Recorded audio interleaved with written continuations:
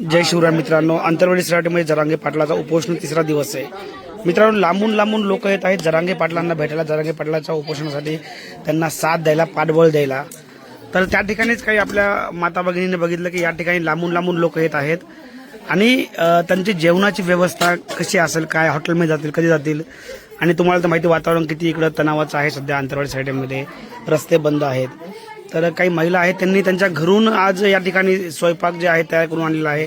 ताई, का वाटलं तुम्हाला घरून सगळ्या महिलांनी म्हणून तुम्ही कसं ठरवलं की आपण अंतरवाली सराटीला जे आहे स्वयंपाक बनवून न्यावा, कसं ठरलं? आपला खालीचा वाटा या आंदोलनामध्ये असावा हा उद्देश होता मनामध्ये. बांधवांना कुठेतरी थोडंसं, आता इथे जेवढे लोक येतात, दुरून दुरून लोक येतात, मग त्यांना कुठेतरी थोडासा आपण एक खारीचा वाटा म्हणून आम्ही स्वयंपाक करून आपल्या बांधवांना विशेष खाण्यासाठी आपले सर्वजण एकत्र जेवतात, तो एक आनंद वेगळाच. आणि लोक लांबून लांबून येतात, समजा घर नसता इथं, त्यांची जेवणाची सोय व्हायला पाहिजे. खेडेगाव असल्यामुळे जवळपास हॉटेल्स नाही, काही नाही. त्याच्यामुळे आमच्या मराठा बांधवांसाठी, भगिनींसाठी आम्ही असं छत्रपती संभाजीनगर खेडा इथून आम्ही जेवणाची व्यवस्था केली. बरं. सगळ्यांनी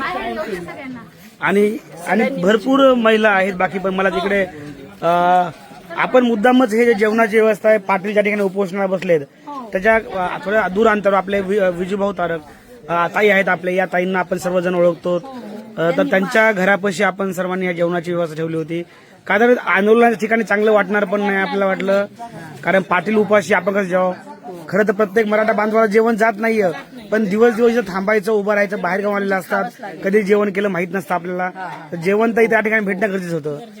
तर या महिलांनी ती विचार केला या गोष्टीचा सर्व, की येणारे आपल्या या ठिकाणी मराठा बांधव, जरांगे पाटील समर्थक यांच्या जेवणाची कुठेतरी व्यवस्था व्हायला पाहिजे. विचार विनिमय करूनच ठरवलं हे सगळं. आमचा इटखेडाचा सगळा ग्रुप आहे, त्या ग्रुपतर्फे आम्ही हे जेवण आणलंय. ताई, तुम्ही अंतरवाली सराटीमध्ये आम्ही सकाळ संध्याकाळ तुमच्या घरादारात पडलेला असतो, चहा पाणी काय नाश्ता जेवण, पण आज बाहेरच्या भगिनी काही जेवण बनवून घेऊन आल्या, काय वाटलं?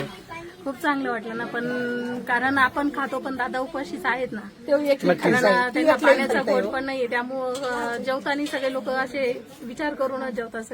नाही, सगळं काळजी लागलेली असती दादांची, कारण दादाची तब्येत खूप महत्वाची. दादांना एक घोटभर पाणी सुद्धा नाहीये. सर्वांच्याच मनात दादांच्या तब्येतीसाठी खूप सगळं जास्त मनामध्ये चालते. एवढं सगळं सरकारी आरोग्याला काय जाग येत नाही असं आम्हाला वाटतंय. हे झोपलेलं सरकार कधी जागी होणार आहे? 7 वर्ष उपोषण आमच्या दादांचं. आपणच निवडून दिले आणि त्यांनीच आपला घात केला.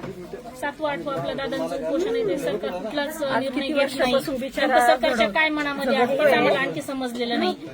प्रत्येक वेळेस मराठा समाजाच्या आरक्षणासाठी खूप लोकांनी बळी दिलेले आहेत. कुठलाच न्याय मिळालेला नाही समाजासाठी. दादा मॅनेज होत नाही म्हणून का मॅनेज आमच्या दादांना किती मॅनेज करत होते, परंतु दादा आमचे मॅनेज एक प्रामाणिक व्यक्तिमत्व म्हणून आज आम्ही दादांच्या पाठीमागे उभे. आम्ही दादा उपोषण असल्यानंतर रोज छत्रपती संभाजीनगर ते अंतरवाली जातो. आम्ही दादासाठी येतो. आमचं घरी मन सुद्धा लागत नाही.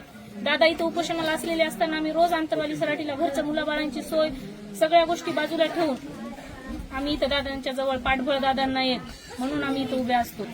नाही, नक्कीच आपण पाहू शकतो. आपण प्रत्येक व्यक्ती जो अंतरवाली सराटीमध्ये येतो या ठिकाणी प्रत्येकाचा काही ना काही खालीचा वाटा या ठिकाणी आहे.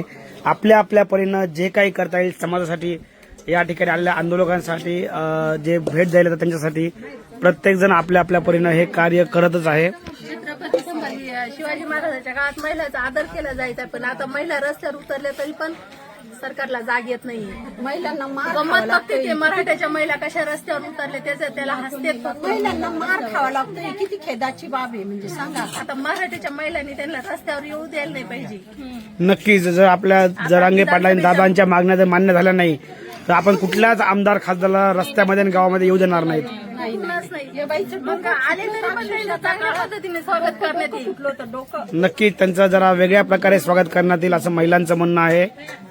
धन्यवाद. एक मराठा.